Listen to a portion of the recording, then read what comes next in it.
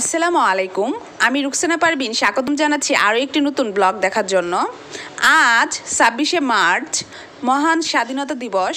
শহীদদের স্মরণে এবং মহান স্বাধীনতা দিবসের অনেক অনেক শুভেচ্ছা জানিয়ে শুরু করছি আজকের ব্লগ।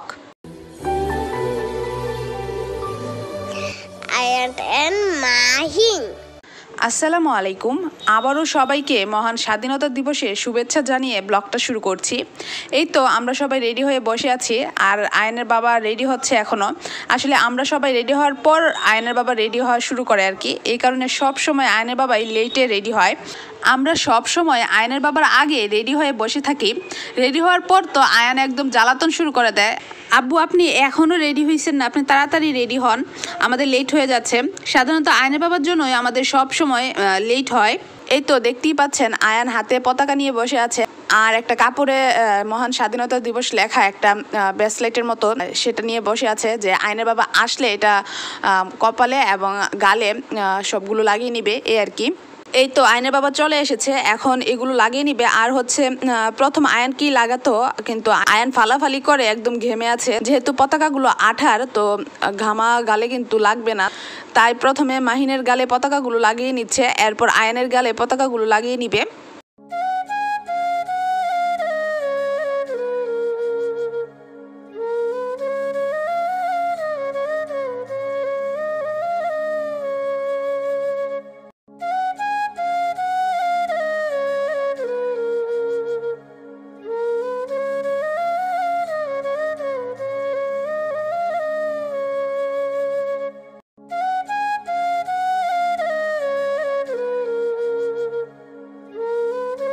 তো মাহিনের গালে এবং কপালে লাগানোর পর আয়নার সামনে নিয়ে যাওয়ার পর দেখুন মাহিন নিজেকে দেখে একদম হাসি দিয়ে আছে, মানে এগুলো লাগিয়ে দেওয়াতে মাহিন অনেক খুশি।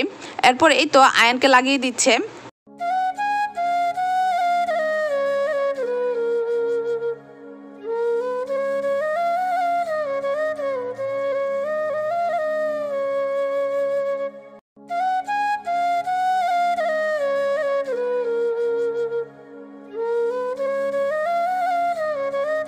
এই তো পতাকাগুলো লাগানো হয়ে গেছে, এখন হচ্ছে আমরা বের হয়ে যাচ্ছি, আর আমরা একটু পরে সবার ভিতরে যাব, কাছে একটু ঘোরাঘুরি করবোই আর কি।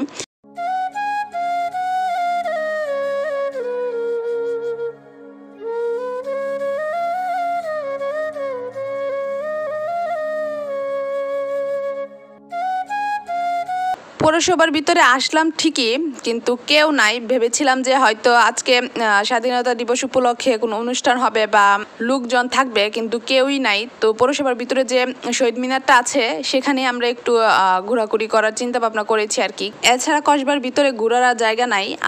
আরেক আছে রেল স্টেশন, ওইখানে এখন আর যাব না। তো এখানে আমরা একটু ঘোরাঘুরি করব, কিছু ছবি উঠিয়ে নিব, এরপর চলে যাব।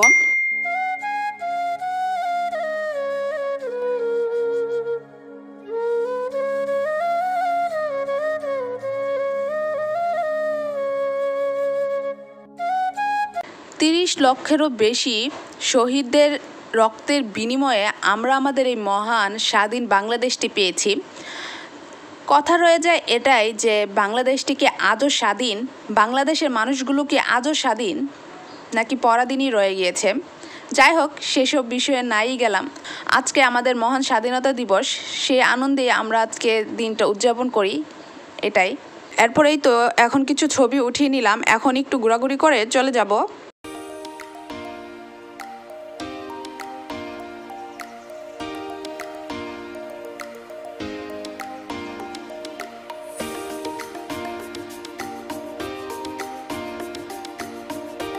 কসবায় ফুচকার জন্য নতুন একটা রেস্টুরেন্ট হয়েছে, এখানে শুধু ফুচকাই পাওয়া যায়। তো আমরা এখানে চলে আসলাম। তো আমাদের অনেক দিন ধরেই প্ল্যান ছিল যে এই নতুন ফুচকা রেস্টুরেন্টে গিয়ে ফুচকা খাবো, তাই চলে আসলাম এই নতুন ফুচকা রেস্টুরেন্টে। দেখা যাক এখানকার ফুচকা খেতে কেমন হয়। এরপর এই তো মেনু দেখে সবাই ঠিক করলাম যে দই ফুচকা খাবো। তো এখন হচ্ছে আমরা দই ফুচকার জন্য অর্ডার করে দিব। কি খাবা? দই ফুচকা।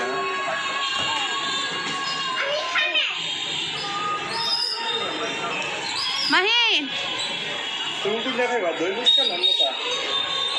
দই ফুচকা হবে দুইটা। আমরা তো দই ফুচকা অর্ডার করে দিয়েছি, এখন হচ্ছে আপনাদেরকে পুরো রেস্টুরেন্টে একটু দেখিয়ে দিচ্ছি।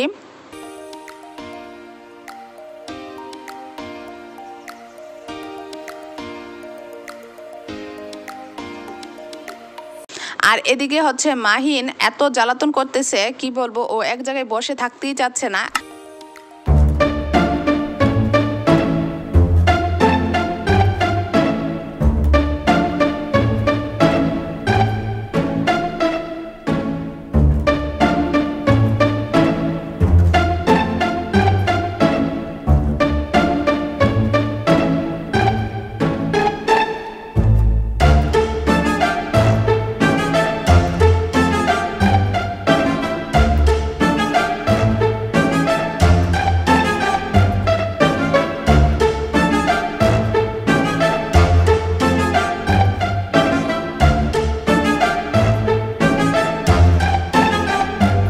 মানে ফুচকা দিতে এত লেট করতেছিল, অনেকক্ষণ ধরে আমরা অপেক্ষা করতেছি। আর বুঝতেই পারেন বাচ্চাদের নিয়ে বের হওয়া কিন্তু অনেকটাই ঝামেলার, ওরা তো এক জায়গায় বসতেই চায় না, এখান থেকে সেখানে সেখান থেকে ওখানে এই দৌড়াদৌড়ি করতেই আছে।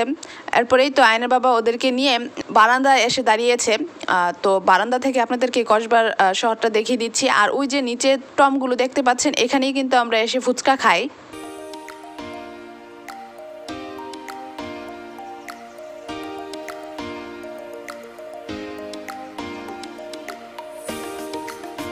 এরপরেই তো দীর্ঘ সময় অপেক্ষা করার পর আমাদের ফুচকা হাজির হয়েছে। এখন হচ্ছে আমরা দই ফুচকা খাবো। আর এই প্রথমবারের মতো দই ফুচকা খাচ্ছি, জানি না খেতে কেমন হবে। যাই হোক, আয়ান তো মুখে দিয়ে দিয়েছে, এখন আমিও খেয়ে দেখি যে দই ফুচকা খেতে কেমন। খাওয়ার পর রিভিউ দিয়ে দিব। কি বলবো, অনেক আশা করে দই ফুচকা খেতে এসেছিলাম। আয়ানের মুখ দেখে বুঝতেই পারছেন একদম বাজে হয়েছে। তবে সবার টেস্ট কিন্তু এক না, আর সবসময় যে একরকম বানাবে সেটাও না। আমি বলবো যে আপনারা এসে খেয়ে তারপর যাচাই করে দেখবেন যে খেতে কেমন। তবে আমাদের কাছে কিন্তু একদমই বাজে লেগেছে। যতটুকুই খেয়েছি শুধু টাকার মায়াই খেয়েছি। আসলে খেতে একদমই বাজে ছিল, কি বলবো, বলার ভাষা নাই। শেষ করবো না,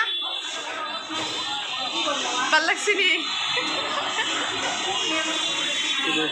টাকার মায়াই খাইছি।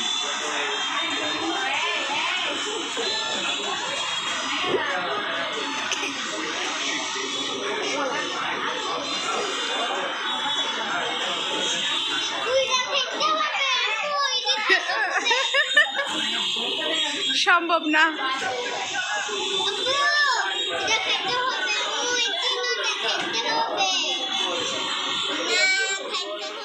এই তো আমরা ফুচকা খেয়ে চলে আসলাম। ফুচকা এত লেটে বানিয়ে দিচ্ছিল, মনে করেছিলাম যে খেতে না জানি কত মজা হবে, একদমই বাজে ছিল। আজকের ঘোরাঘুরির মুডটাই এই ফুচকাটা খারাপ করে দিল। তো আপনারা যদি এই রেস্টুরেন্টের ফুচকা খেয়ে থাকেন আর আপনাদের বেলায় কেমন ছিল, মানে খেতে কেমন ছিল, আপনাদের কাছে কেমন লেগেছে, অবশ্যই কমেন্টের মাধ্যমে জানাবেন। এরপর এই তো আমরা চলে আসলাম জুতার দোকানে। মাহিনের জুতোগুলো ছোট হয়ে গেছে, তো মাহিনের জন্য জুতো কিনবো, আর আয়নের জন্য জুতো কিনবো। আয়নের জুতোগুলো অনেক পুরনো হয়ে গেছে, তো এখন দুইজনের জন্যই জুতো কিনে নিব।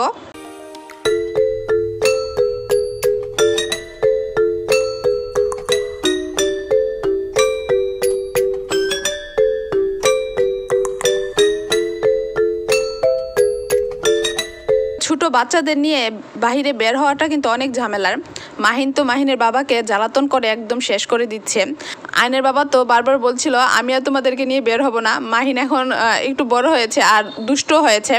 এই তো আমাদের জুতা কিনে শেষ, মাহিন সবাইকে টাটা দিয়ে বের হয়ে যাচ্ছে। তো আমরাও এখন বের হয়ে যাব।